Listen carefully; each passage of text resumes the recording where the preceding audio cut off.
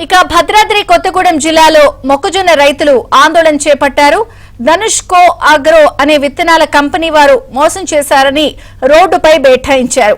న్యాయం చేయాలని కోరుతూ జూలూరుపాడు, చండ్రగొండ మండలాలకు చెందిన గిరిజన రైతులు నిరసన చేపట్టారు. తమ కంపెనీ విత్తనాలు వాడితే ఎకరాకు 75,000 రూపాయల చొప్పున ఇచ్చి పంటను తీసుకుంటామని చెప్పి ఇప్పుడు మోసగించారని రైతులు కన్నీరు పెడుతున్నారు. పాటు ఇంకా అందరు రైతులు అందరం తలా 2 ఎకరాలు 3 ఎకరాలు 4 ఎకరాలు వేసినాము. వచ్చి ఏమన్నారంటే మేము ఎకరానికి వచ్చేసి 70,000 రూపాయలు ఇస్తాము అని చెప్పారు. ఒకవేళ ఎక్కువ టన్నుజీ వస్తే టన్నేజీ లెక్క ఇస్తాం, టన్నేజీ రాకపోతే ఎకరానికి 70,000 రూపాయలు ఇస్తామని చెప్పేసి ఒప్పందం కుదిరించుకున్నాము. మాకు ఒక ఎకరానికి వచ్చేసి ముందు అడ్వాన్స్ ఏమో 20,000 ఇస్తామన్నారు.